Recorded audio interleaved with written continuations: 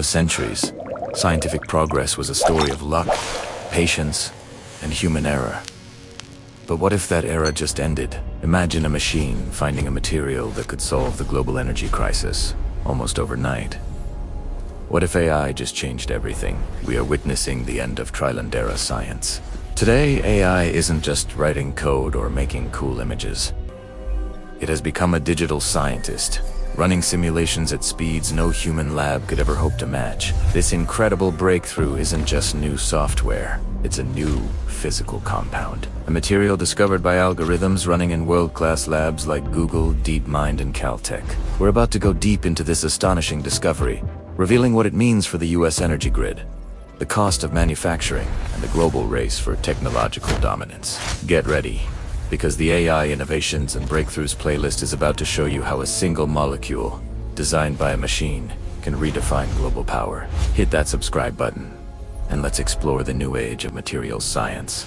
To truly understand the importance of a material discovered by a machine, we first need to see how AI became a digital scientist. Historically, finding new materials was painfully slow, incredibly expensive, and relied heavily on human intuition and a bit of luck. Scientists would mix, heat, and test different compounds for years, just hoping for a breakthrough. Today, that entire process is being replaced by predictive AI models.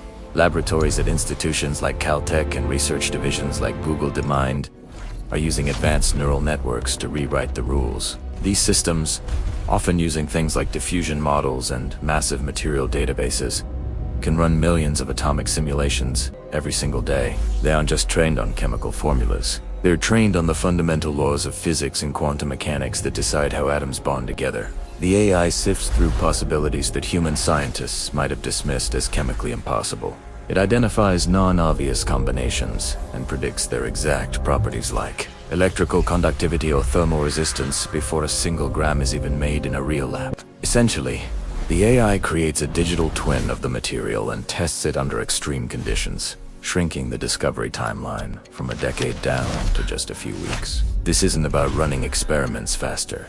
It's about eliminating the need for most of the failures in the first place. The result of this supercharged AI research is a compound, that S being called Aero-Carbonite, a material predicted by an AI model that was trained on decades of failed carbon capture experiments. What makes Aero-Carbonite so revolutionary is its unprecedented porous structure and its incredibly low energy requirements for doing its job. So what is this stuff? Aero-Carbonite is a type of metal organic framework. MOF. Think of it as a microscopic sponge, but one that was designed atom by an AI. Its internal channels are just the right size to trap individual CO2 molecules, while letting other gases we want, like nitrogen and oxygen, pass right through. The scientific numbers here are staggering. Aero-Carbonite has a CO2 absorption capacity that is 50% higher than the best materials we currently use in industry. But here's the real kicker. It requires 75% less energy to release that captured carbon for storage or reuse. This single detail fundamentally changes the economics of what's called direct air capture.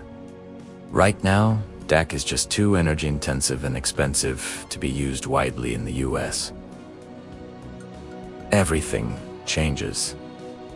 It could be manufactured using existing, scalable processes. Its stability means it could be integrated into everything from industrial smokestacks to commercial air filtration systems, and it would last for decades. The immediate implication is crystal clear. We now have a cost-effective, energy-efficient path to negative emissions.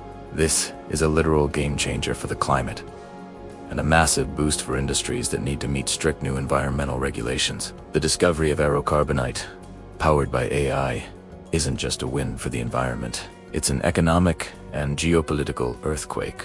For the US energy sector, the implications are enormous. First, this material can be quickly retrofitted into existing natural gas and coal power plants.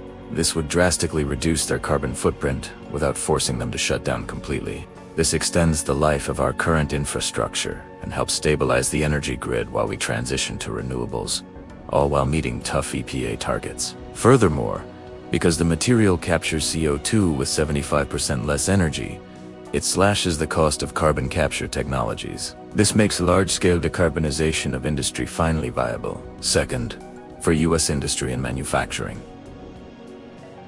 Aero-Carbonite offers a huge competitive edge. Companies can achieve net zero emissions faster and cheaper than their international rivals. This innovation gives the United States a critical lead in the global green technology race against economic competitors like China and the European Union.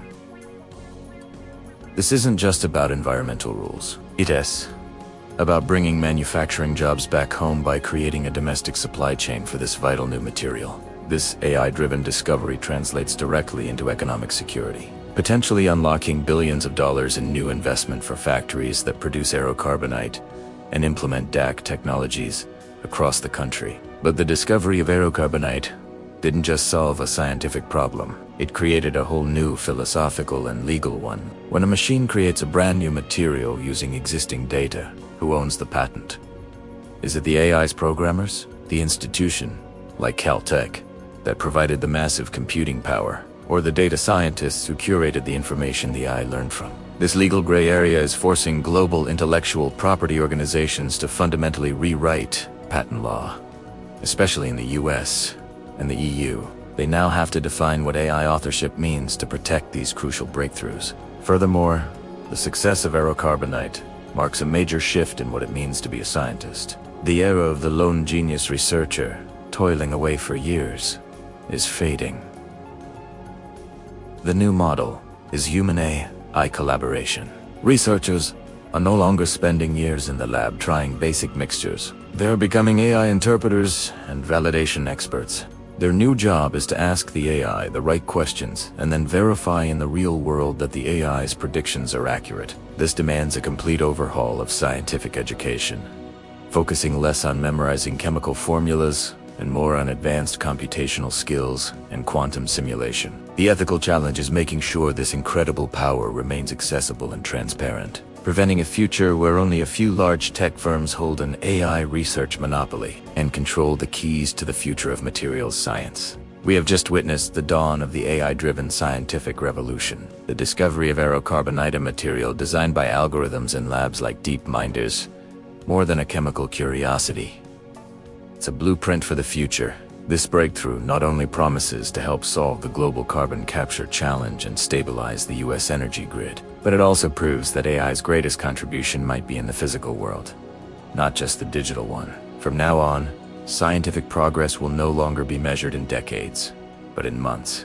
But this incredible acceleration demands new rules, new patent laws to define AI ownership, and a massive shift in how we train the next generation of human scientists. That was our deep dive for the AI Innovations and Breakthroughs playlist. I'm SIKK. If this look at AI as a digital scientist blew your mind, please give this video a thumbs up and subscribe to Info AI Pro for more credible analysis just like this. So what do you think? Should an AI own the patent for its discoveries? Or should humans retain full control? Let me know in the comments below, and we'll see you in the next analysis.